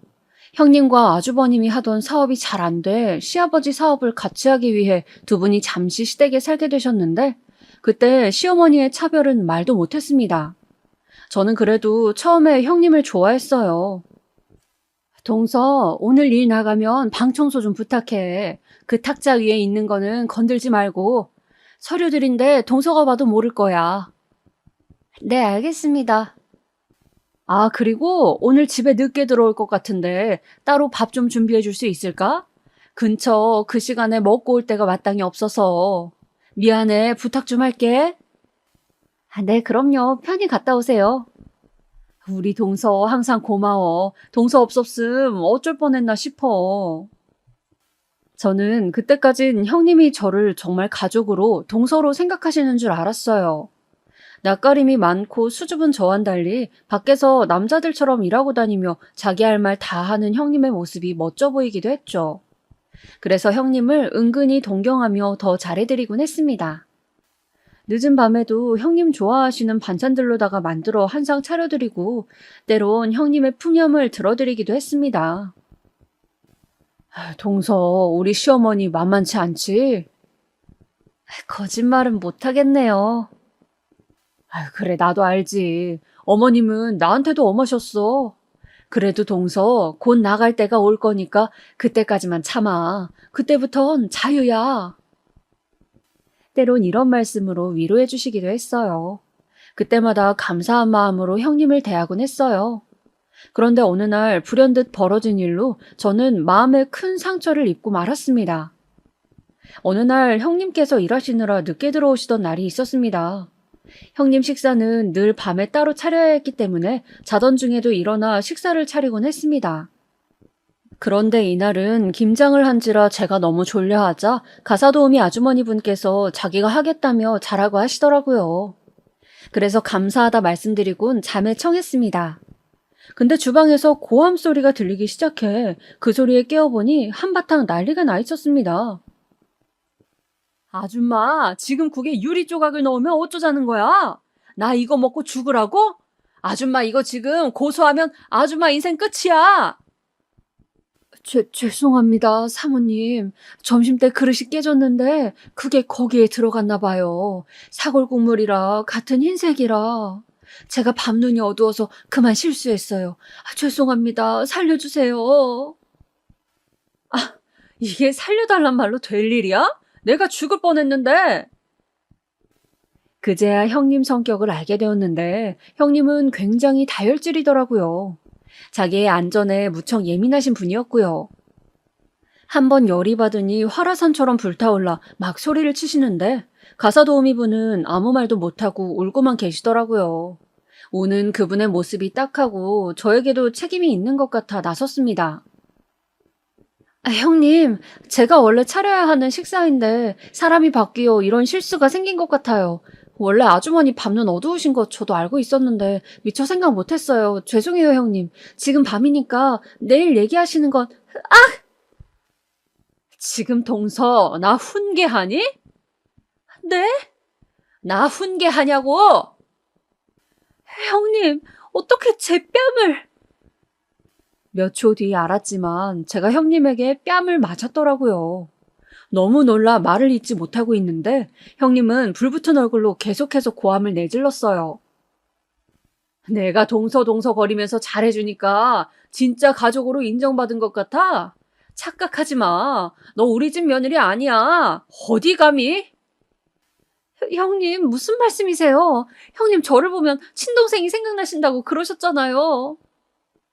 사람이라고 다 똑같은 사람이 아니야. 농사 짓는 집안 출신 며느리랑 나랑은 애초에 같지 않다고. 그러니 네가 부엌에서 이딴 수발이나 들고 자빠져 있는 거지. 그날의 형님의 말에 저는 아무 말도 못했어요. 말 한마디 한마디가 가시가 되어 저를 찌르는데 너무 고통스럽더군요. 그 자리에 힘이 풀려 주저앉아 버렸는데 남편이 그제야 잠에서 깨어 달려와 허둥지둥 저를 일으켰어요. 형님에게선 어떠한 사과도 받을 수 없었습니다. 허나 그 후 더 기막히고 서러웠던 건 시어머니의 반응이었습니다. 그래, 근데 뭐 어쩌라는 거니? 엄마, 이건 형수님께서 전적으로 잘못하신 일이고 사과를 해야 될 일이에요. 너가 원래 식사당번이었다며. 그럼 네가 해야 할 일을 안 해 이 사단이 벌어진 거 아니니? 뺨 맞는 거 가지고 유난 떨지 말아라. 일하다 실수하다 보면 뺨도 맞고 하는 거다. 저는 가족인데요. 저는 여기서 일하는 사람이 아니라고요. 그런데 그때 저도 모르게 속삭이듯 이 말이 튀어나왔어요. 너 뭐라 했니? 저는 가족이에요. 며느리고요. 형님께서 어떤 연유이시든 뺨 때린 건 잘못하신 일이라 생각합니다. 형님께서 사과하는 거 제가 원하는 건 그뿐이에요. 너 원래 성격이 이렇게 유난스러웠니? 성격 한번 까탈스럽다. 꼭 사과인지 뭔지를 받아야 네 마음이 풀리겠단 거야? 대체 무슨 애가 그런 쇠고집을 부리는 게야? 그거 아주 못된 심보다. 아니? 때리신 건 잘못하신 거예요. 아마 그때가 제가 처음으로 이 집안의 서열에 반발을 들었던 때였던 것 같아요. 지금도 그 순간을 회상하면 심장이 벌렁벌렁하지만 잘했다는 생각도 한편으론 들었던 순간이었습니다. 허나 덕분에 형님은 집에서 나가기 전까지 저를 사사건건 괴롭혔고 시어머니와 함께 비웃어댔어요. 다행히 이 일에 분노해 주었던 건 남편이었어요. 제가 도저히 못 참겠다고 남편 붙잡고 하소연하자 남편은 말없이 그걸 듣더니 독립할 준비를 시작했어요. 이번 달 내로 저희 이 집 나갈게요, 엄마. 아니, 벌써? 언제? 독립할 수 있는 자금 모았어요. 이번에 회사에서 승진도 해서 나중에 애기 키우고 사는 데는 무리 없을 것 같아요. 남편 말을 들은 시어머니의 얼굴은 백지장이 되었습니다. 그러더니 바로 눈길이 사나워졌죠. 예. 그래도 아니, 왜 벌써? 네가 꼬드겼니? 네? 시집살이 힘들다고 네가 꼬드겼냔 말이야. 너 아니면 이렇게 일이 빨리 진척될 리가 없지. 그런 거 아니에요, 엄마. 오래전부터 계획했던 일이에요. 남편의 단호한 말에 시어머니는 저와 남편을 번갈아 보시다가 어쩔 수 없다는 걸 알았는지 포기하셨고 저는 그렇게 2년간의 노예살이 끝에 해방을 맞게 되었어요. 처음 시댁을 나와 저희만의 집을 갖게 되었을 땐 그것만으로도 행복했습니다. 드디어 시어머니 없는 공간에서 살 수 있게 되다니 숨이 쉬어지는 것 같았어요. 처음 이삿짐을 풀고 남편과 함께 걸레로 바닥을 닦는데 저도 모르게 행복해서 울음이 나오더라고요. 아니, 왜 울어? 그냥 행복해서요. 그렇게 말을 하며 남편 품에 안겨 엉엉 울다 그해 아이까지 품게 되었고 다음에 출산을 하여 오순도순 살게 되었습니다. 아이가 태어났을 땐 이제 드디어 나도 엄마가 된다는 생각, 그리고 정말 우리만의 가정이 생겼다는 느낌이 강했습니다. 하지만 당시 남편은 무척 바빴습니다. 회사를 나와 자기만의 사업을 시작했던 때인지라 이곳저곳 뛰어다니며 정신이 없더군요. 물론 남편이 잘 되길 바랬지만 그게 가정을 위한 거란 걸 알았지만 그래도 아이랑만 단둘이 있는 시간이 많다 보니 외로움은 부쩍 커졌습니다. 그러던 어느 날 시어머니가 멀리서 저희 사는 집을 방문하시겠다고 하더군요. 하필 남편 출장 가는 날에요. 시어머니의 방문에 벌써부터 심장이 쿵쿵거렸어요. 최대한 좋게 맞이하기 위해 집 청소도 깔끔히 하고 간식까지 손수 만들어 어머니를 기다렸지만 역시나 들어오자마자 시어머니는 눈살을 획 찌푸렸어요. 너는 근데 어째 집안을 이 지경으로 하고 사는 거니? 네? 아유, 이게 뭐니? 이 먼지구덩이. 이거 어쩌려고. 얘, 락스라도 뿌려서 이런 건 좀 지워라. 대충 가르쳐서 나가게 했더니 이 모양이 이 꼴로 사는구나. 이런 데서 어떻게 손자를 키우겠다는 거야. 아, 오늘 그래도 어머님 오신다고 깨끗이 청소한 건데요. 이게 깨끗이라고? 아무리 농촌에서 똥밭 뒹굴고 자랐다 해도 사람이 경우가 있지. 그러면서 시어머니는 은근히 집안을 비하하는 말을 시작하셨어요. 처음엔 당시 시아버지께서 돌아가신 지 얼마 안 되었을 즈음이라 험한 말 하시는 걸 이해하려 했습니다. 이 부분에 대해 말씀드리지 않고 지나갔는데 시아버지께서 갑자기 중풍으로 쓰러지신 후 갑작스레 돌아가셨거든요. 그러는 바람에 집안 식구들 모두가 충격에 휩싸인 적이 있었습니다. 그래서 정상적인 상태가 아니시니 그럴 수 있겠다라고 생각하려 했죠. 근데 시어머니는 손자까지도 안아주지 않고 차가운 눈길로 바라보시며 쟤도 불쌍하다, 불쌍해 라는 말을 하셨죠. 대체 뭐가 불쌍하다는 걸까요? 이런 집에서 자라게 됐으니 불쌍하단 걸까요? 아니면 이런 엄마 밑에서? 이미 면역이 될 만큼 되었던 전 시어머니의 말을 한 귀로 흘리고 준비했던 저녁 식사를 내어드리며 이제 슬슬 집에 보낼 준비를 했습니다. 허나 시어머니가 저녁 식사를 드시며 충격적인 발언을 하시더군요. 나 이 집에서 한두 달 정도 있다 가련다. 내가 받는 치과 치료가 마침 이 근처다. 받는데 한 달 정도 걸리니 겸사겸사 있다 갈 거니 그리 알아라. 어떻게 거길 벗어났는데 다시 지옥 속으로 들어가는 기분이었습니다. 분가했더니 이제는 치과 치료를 받는다는 명목으로 머무른다니. 당장 남편에게 연락하고 싶었지만 그럴 수도 없어 그저 표정을 굳히고 앉아 있었습니다. 그리고 시어머니 이부자리를 깔아드리고 나서 잠깐 산책을 하며 생각에 전환을 해보았어요. 어차피 이왕 오신 시어머니를 가시게 할 순 없으니 차라리 잘해드려 이참에 사이를 회복해보자고요. 그런 노력이라도 해야 제 삶이 편할 것 같았고 본인 손주까지 낳은 며느리인데 설마 함부로 할 수 있겠느냐는 생각도 있었죠. 어머님, 오늘 어머님 좋아하는 홍시가 있다는데 한번 맛보실래요? 어떠세요? 맛은 나쁘지 않구나.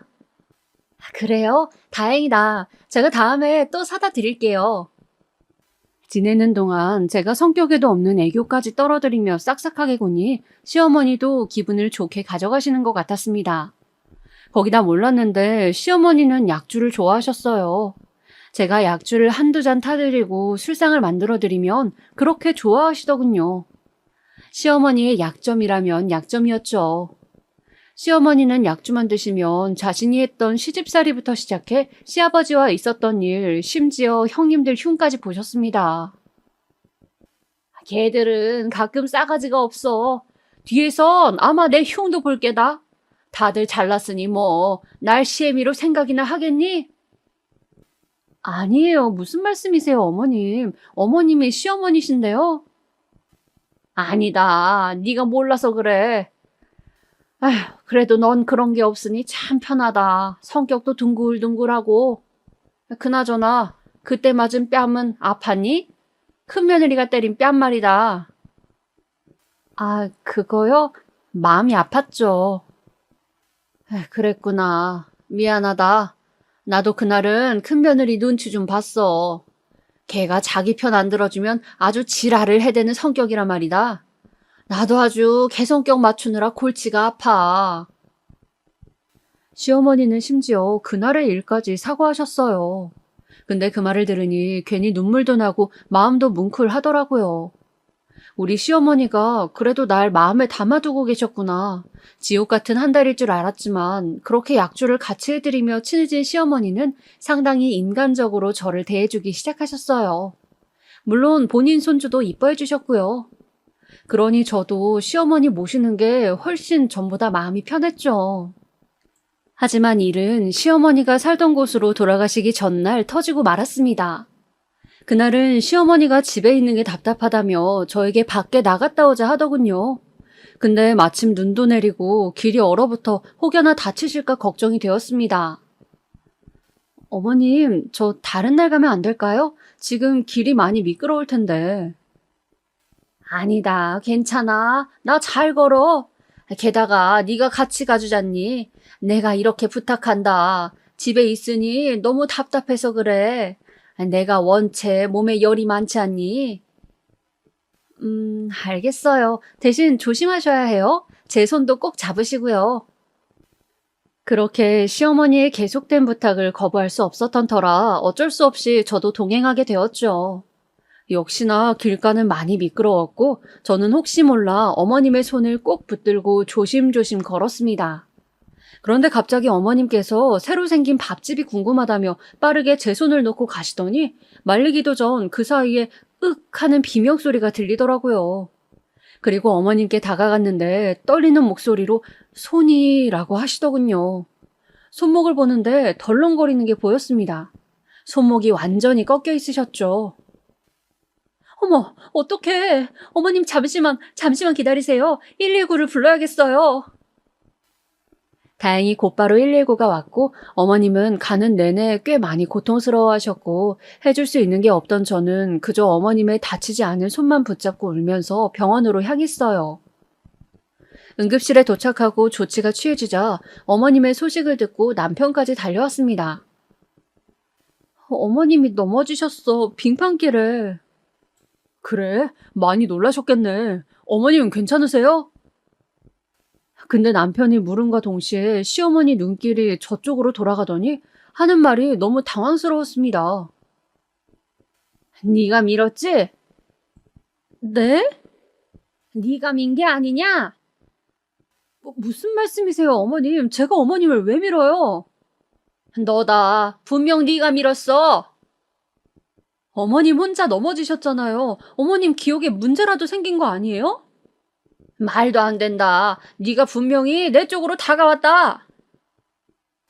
그때 알았어야 했어요. 어머님 정신에 문제가 있다는 것을 말입니다. 그걸 모르고 저는 계속해서 아니라고만 답변하기 바빴죠. 근데 제가 아무리 아니라고 해도 시어머니는 급기야 제 남편에게 112에 저를 신고해달라 하더군요. 여기서 더 가관이었던 건 남편이 저를 믿지 않았던 겁니다. 남편은 정말로 제가 시어머니를 민 게 아니냐고 묻더라고요. 물음이라기보단 사실 거의 추궁에 가까웠습니다. 그래, 당신이 바빴으니 나와 어머님 사이 오해할 수 있어요. 근데 아니에요. 나 정말 안 그랬어요.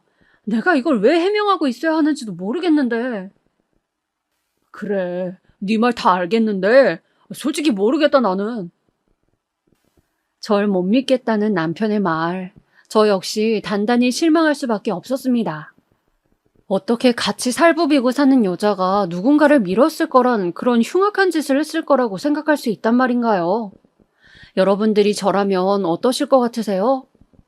그 뒤 저와 남편의 사이는 완전히 멀어졌고 이젠 필요한 대화 이외엔 나누지도 않는 사이가 되었죠. 아이가 연결고리가 되어주지도 못했습니다. 남편은 회사가 바쁘다며 밖으로 나돌았고 매일 밤 술에 취해 골아떨어져서 거실바닥에 누워 자곤 했으니까요. 심지어 시어머니는 한 번씩 남편에게 전화해 제 흉을 보기도 했습니다.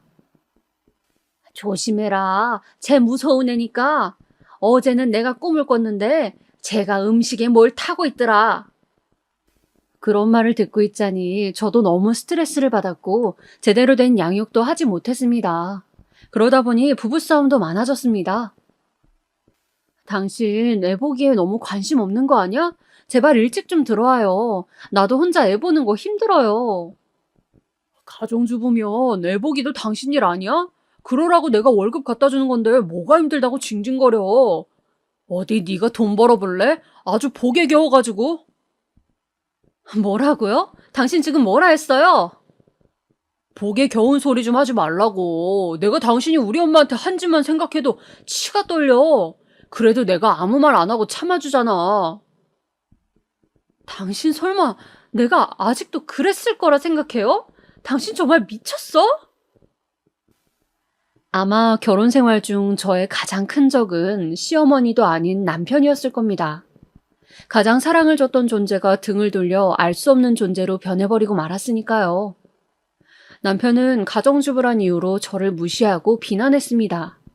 아마 제가 조금이라도 젊은 시대에 태어났더라면 이혼을 생각했을 겁니다. 혼자라도 어디서든지 애 키우고 살 자신은 있었어요. 근데 아이한테 붙여질 꼬리표가 무서워 죄 짓는 것만 같아 그럴 수가 없었습니다. 게다가 시댁 스트레스도 한몫했죠. 아이가 중학교에 입학했을 때쯤 그때까지도 명절날 가면 저는 여전히 가사도우미였어요. 가면 과일 깎고 요리하고 설거지하고 주방 이모들과 일하는 건 저뿐이었죠. 형님 2명은 거실에서 시어머니와 수다를 떨기 바빴고요. 그러던 어느 날엔 큰형님과 작은형님이 저를 불러 거실에 앉아보라 하더니 아이 교육에 대해 묻더라고요. 동서는 얘 학교 어디 보낼 거야? 그래도 명문고등학교는 보내야지. 명문고요? 저는 그냥 동네 고등학교 보낼 생각이었어요. 아이가 공부에 아직은 크게 관심이 없어서요. 흥미가 생기면 시켜주려고요. 참, 동서도 세상 돌아가는 거 모른다. 동서 애도 동서처럼 키우려고? 네? 그게 무슨 말씀이세요? 동서 공장에서 일했다며 그런 인생 살게 할 거냐고. 아니, 나도 영훈이만 생각하면 안타까워 그러지. 거기다 동서 뱃속에서 나왔으면 지능도 그저 그럴 텐데 공부라도 많이 시켜야 하지 않겠어? 저를 생각하며 하는 말이라 했으니 일단은 올라오는 화도 참았어요. 어른들 계시는 자리였으니까요. 근데 이런 일은 종종 일어났어요. 우리 영훈이를 볼 때마다 시어머니는 쯧쯧하며 혀를 찾고 형님들은 저에게 계속 자기들이 생각하는 교육관을 주입시켰어요.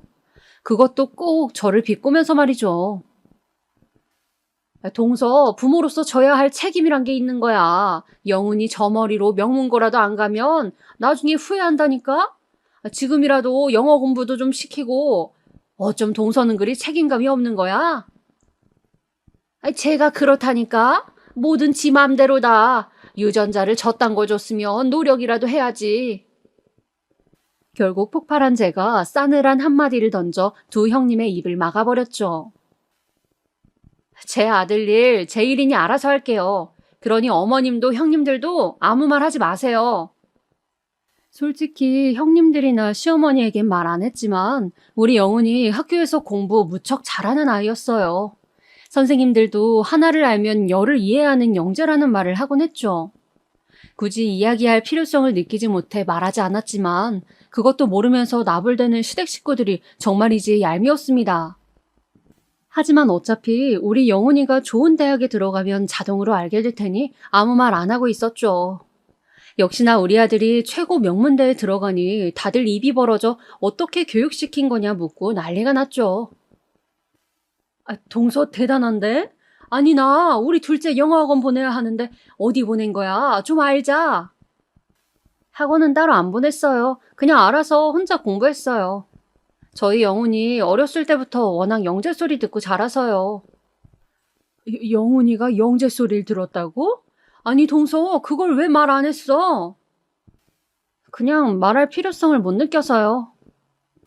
제 말에 두 형님 눈이 모두 동그래졌고 그제 어깨가 으쓱해지는 기분이었어요. 남편도 제가 자식 교육 하나는 잘 시킨 건 인정하더라고요. 허나 좋은 일과 안 좋은 일은 왜 한꺼번에 터지고 마는 걸까요? 아니면 제 팔자가 그렇게 박복한 걸까요? 영훈이가 대학교에 입학한 그 해에 저는 가슴에 멍울이 잡혀 설마 하다가 병원을 가 검사를 받았는데 충격적인 검사 결과가 나오고 말았습니다.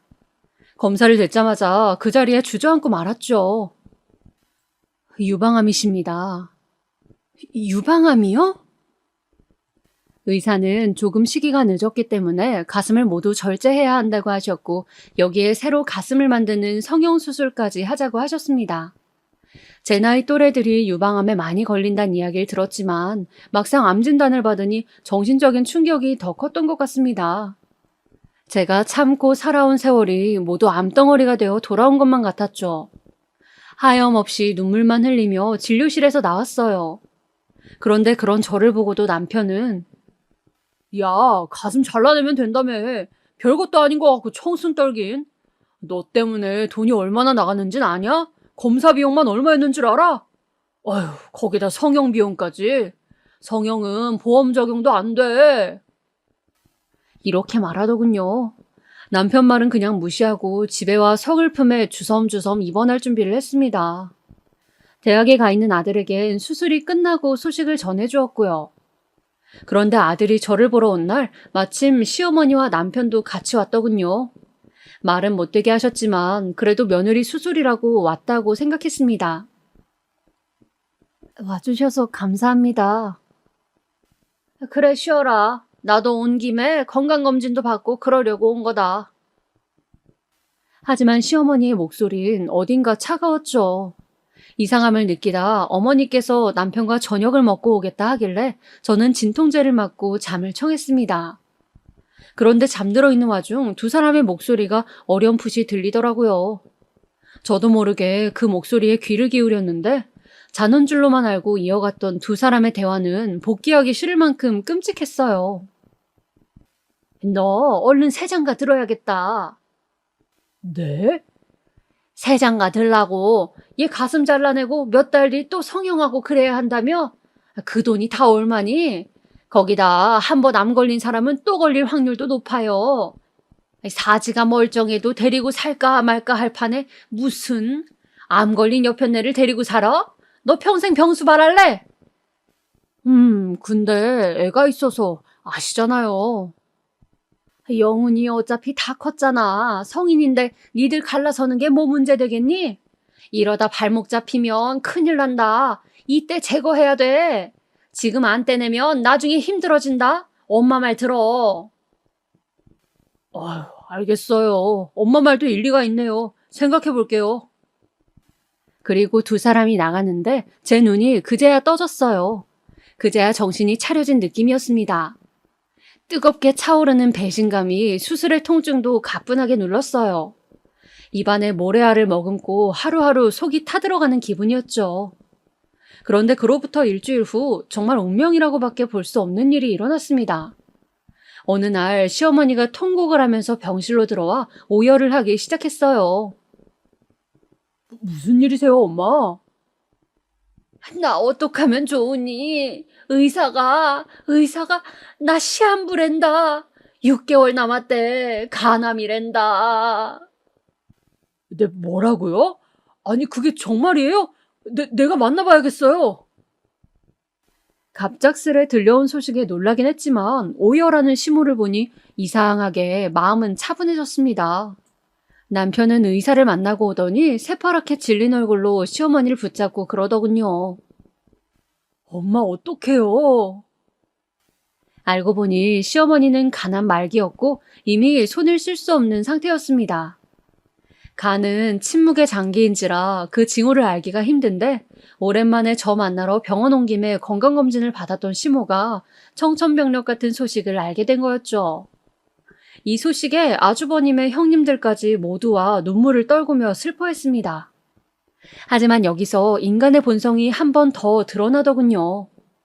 시어머니가 죽음을 목전에 앞두니 잠시 슬퍼하던 형님들과 아주버님들이 먼저 발빠르게 움직이기 시작한 거죠. 바로 재산 정리를 하자고 말입니다. 너네들 죽어가는 내 앞에서 꼭 이렇게까지 해야겠니? 엄마, 그게 아니고요. 확실히 해야 할 건 해야 하니까 그런 거예요. 엄마도 죽고 나서 우리가 재산 때문에 싸우는 거 원치 않잖아요. 맞아요, 어머님. 저희 모르세요? 저희가 그간 얼마나 어머님을 각별히 모셨어요. 그 점을 생각해 주셨으면 좋겠어요. 어머님, 마지막 가는 길까지 저희가 옆에 있어 드릴게요. 그러니 재산만 편하게 정리해 주세요. 자식들이 돌아서고 형님들이 그런 말을 하자 시어머니는 손을 부르르 떨며 벌컥 성을 내었습니다. 내가 살아생전 니들한테 어떻게 했는데 이럴 수 있냐? 니들이 사람이야? 엄마, 왜 그렇게 예민하게 반응하세요? 그냥 어차피 했어야 할 재산 정리 지금 하자는 건데. 그러니 미리 좀 해주시지. 어머님, 근데 재산 정리하실 때 당연히 장남이 많이 가져가게 해주실 거죠? 어머니께서도 저번에 저한테 따로 그렇게 말씀해 주셨잖아요. 뭐야? 장남? 장남이란 놈이 지금 나 죽으라고 제사 지내고 있는데 뭘 줘? 돈 줄 생각 없으니까 다 나가라! 시어머니는 그렇게 형님들과 아주버님들을 모두 물러가게 한 후 땅바닥에 엎드려 한탄하셨습니다. 근데 그 틈을 남편 놈이 비집고 들어가더라고요. 엄마 서럽죠? 여하튼 형들은. 엄마, 난 엄마 재산에 관심 없어요. 나랑 그냥 여생 잘 마무리해요. 내가 엄마 모시고 여행 갈게요. 우리 엄마 고향집에 가 있어요. 고맙구나. 고마워. 너밖에 없다. 정말이지 콩가루도 이런 콩가루가 없었습니다. 평소엔 어머님 하며 모시던 형님들은 물론이거니와 그래도 정상이라 생각했던 아주버님들까지 모두 돈의 혈안이 되더군요. 거기다 남편놈, 암 걸린 아내를 버리려 하더니 이제는 죽어가는 자기 엄마 돈까지 탐내다니 확실히 사람은 아니더군요. 남편은 시어머니를 데리고 여행하겠다고 했지만 분명 유리하게 재산을 타내려는 속셈이 분명했고 그걸 모를 리 없는 형님들은 난리가 나 여행을 가지 못하게 막아섰습니다. 결국 시어머니는 그 과정에서 많은 스트레스를 받으셨는지 예정된 기간보다 일찍 세상을 떠나고 말았습니다. 재산에 관한 유언장도 없이 말이죠. 장례식장에선 아무도 시어머니를 위해 울어주지 않았어요. 남편도 아주버님도 모두 서로를 노려보며 유산 관련 재판을 준비하고 있었죠. 문득 제게 너무나 많은 상처를 주었던 사람이지만 그 말로가 그만큼 쓸쓸하고 비극적이라는 생각이 들었습니다. 오히려 시어머니의 죽음에 대해 가장 많이 생각하는 사람은 저뿐이었습니다. 그리고 장례가 끝난 후 저 역시 이혼을 준비했어요. 더 이상 이 끔찍한 소란 속에 있을 수 없겠더라고요. 수술한 몸이라 각별히 몸을 조심해야 하긴 했지만 그때부터 변호사를 만나 상담을 받으러 다니기 시작했어요. 그리고 남편의 사생활에 대해 먼지까지 탈탈 알아본 결과 몇 가지 사실들을 알게 되었는데 이 증거들이 재판에서 이길 수 있도록 만들어줬습니다. 알고 보니 남편은 합법적인 사업을 한 게 아니고 불법적인 투자, 횡령을 많이 저질렀더라고요. 여보, 그건 미안했어. 내가 당신한테 어떻게 했는지 알아. 근데 우리 아들을 생각해서라도. 아들이란 말 꺼내지 마. 제 손으로 애 옷 한 번 갈아입히지 않았던 당신 입에서 영원히 핑계 듣고 싶지 않으니까. 알았어. 그럼 우리 부부의 정을 생각해서라도. 남편은 저를 붙잡고 마지막까지 애걸했지만 결국 이혼당한 뒤 교도소로 들어갔습니다. 근데 교도소에 들어가서도 변호사 만나며 심호재산 어떻게라도 가져오기 위해 애쓰고 있다 하니 그 꼴이 너무 역겨웠네요. 지금 저는 아들과 함께 국내 여행을 다니고 있습니다. 아들이 대학 졸업반이라 취업하면 시간이 없을 것 같다며 떠난 여행이네요. 경치도 감상하고 아들과 좋은 시간도 보내고 이렇게 글을 쓰며 과거를 회상하니 그간의 세월이 정리되는 기분이네요. 어떻게 들으셨을진 모르겠지만 너무 바보같이 참았다고 생각하여 미워하지 마시고 응원의 메시지 부탁드릴게요. 저는 또 한 명의 시청자로 돌아가 여러분들의 사연을 들으며 조용히 응원하고 있겠습니다.